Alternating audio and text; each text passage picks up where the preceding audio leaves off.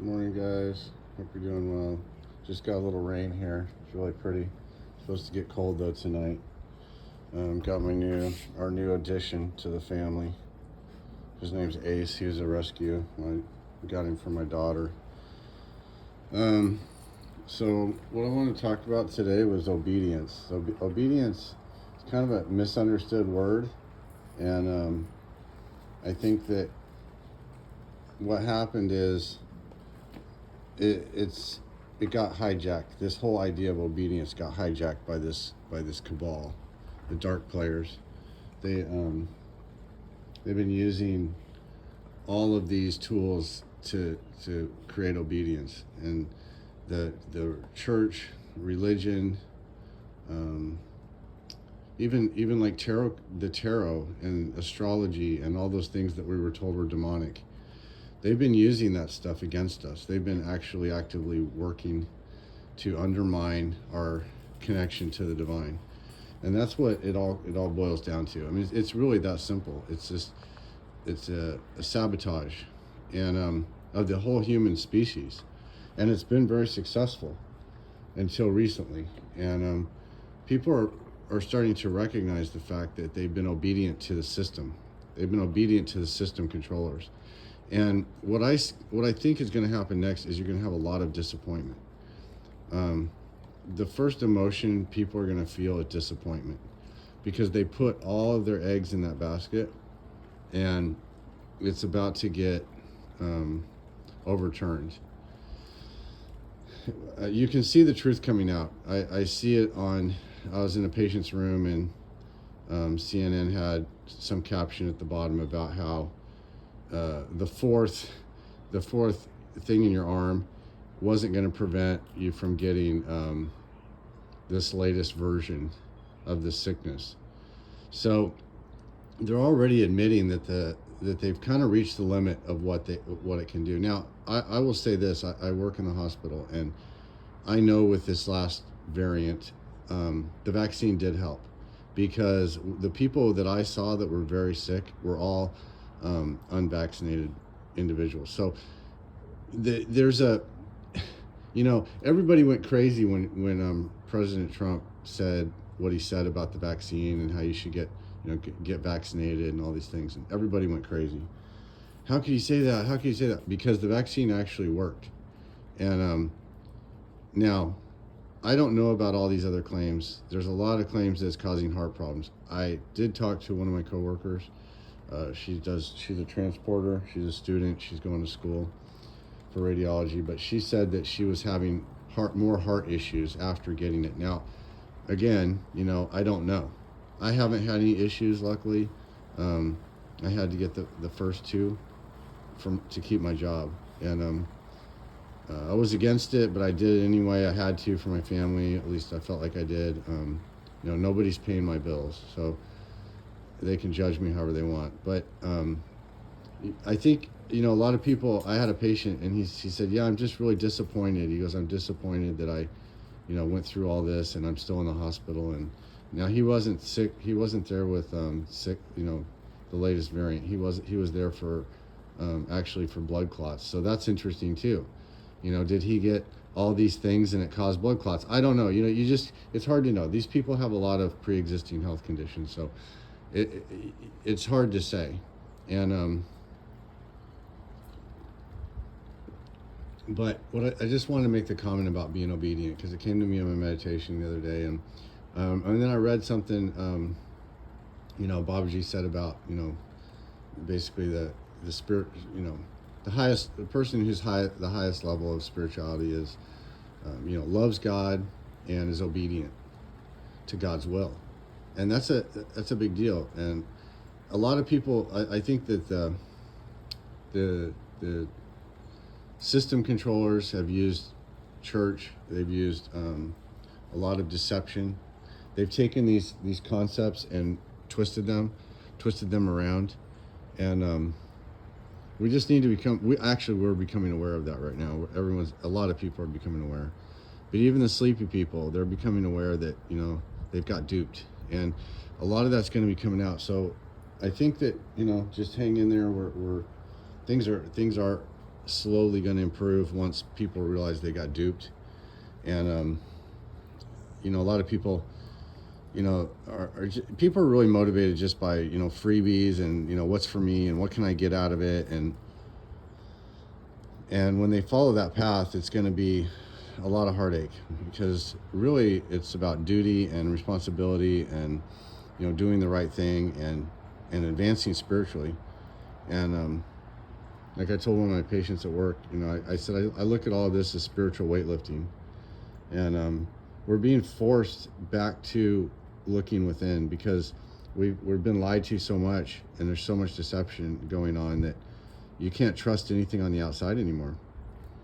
And young people are getting this. Young people are figuring this out. My daughter, she's 14, and we had a talk about it last night, and she came to me and was telling me about her experience and how she felt like she had that connection to God.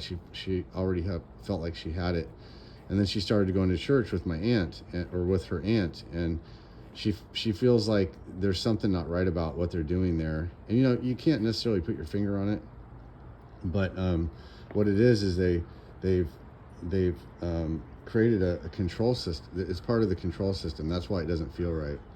When you have to go through someone else to achieve a connection to the divine, that's not natural. It's only natural for us. Now, that's not saying we can't use guides and assistants. And I do the heartfulness practice, and they call them guides in the heartfulness system. And I believe the guides help us connect to God. It's kind of like if you were you hadn't worked out for a really long time, or maybe never worked out, and you never really were showed how to properly work out, and you start going to the gym. You're going to make advances, even just working out by yourself. But you're going to have to learn from someone. You're going to have to get information. Maybe you watch YouTube videos, or maybe you'll pay and get a trainer, someone to help you and give you assistance. So it doesn't have to be done on our own. There's a lot of people who say, oh, we don't need anybody, we can make this connection all alone. And I agree, that is theoretically true, but for the average person living the average life, you need assistance. It's kind of like financial stuff. You can do it on your own. You could just flounder around, or you could read a book, or you could hire a financial professional. I mean, there's things you can do to educate yourself. And I've always felt like with everything, the more you do it yourself, the better. The more you figure it out for yourself, the better. The more you, when I was sick, I had ulcerative colitis, and I prayed to God. I said, please show me a way out of this. I went to God first. I went to Source first. Of course, I went to the doctor, and I got, colonoscopy, and found out what was wrong with me and all these. But I went to God. I went to Source. I went inward to get answers, and I did get a lot of assistance like that. So I think it's important we start turning back towards that instead of looking outside for something to come and fix it. My daughter and I were talking about how, my daughter's like, yeah, I could just, she goes, even with the Trump stuff, I could just never get on board with some of these people. And they just get so radical, they just get so out there. And I absolutely feel the same way. I have a hard time jumping on that bandwagon, and so there's a lot of humbling to come with this. It's going to be humbling on both sides, because it's kind of like it's in the middle. It's not right or left. It's in the middle of the road. And if we're operating out on the fringe, we're going to be, we're going to be missing some stuff. So it's really valuable to, just start turning inward, go inward for your information as much as possible. When you do look outside yourself for information, pray about it. Ask God for assistance. Ask to be shown the truth. And I believe that absolutely we have legions of assistants waiting to help us. People call them spirit guides, or ancestors, or whatever you want to call it. They're there to help us. And I just wanted to remind people of that, because this idea of obedience has been hijacked, and we're really supposed to be obedient to God. And having a dog has kind of reminded me of what obedience, they have obedience training for dogs. And And a dog really wants to serve, the master. You know, they want to do what makes you happy, and but they can't control themselves until they've received some training. And we are in the same position. We can't really serve the master if we're if we haven't reined in control of certain things, you know. And the philosophy of yoga talks all about these things, what these different states of consciousness are. Um, and I'll just finish this by saying that, you know, I think that the heartfulness system really kind of sums up the whole thing. And I've been reading a little bit of Babaji. He talks about Raja Yoga and the origins of Raja Yoga, and it's really amazing. And that these, you know, and this is, you know, I don't even know how old this system is, but I think as long as man has been on this planet, in whatever incarnations and levels of consciousness, they've always had, they've always had to have way showers, people that have connected to the divine and shown us the way back. For some reason, this is just a place where we fall out of connection with God. It just seems to be the nature of it. And so these seers, these rishis, they go deep within, and we can do the same thing. Is what the point is. We can go deep within also. We don't have to be looking outside ourselves for all the answers. And things are going to get more crazy, and it's going to drive people to center, to source, and whatever terminology you want to use to describe it. It's all going to kind of mean the same thing. But anyway, hope y'all have a good day.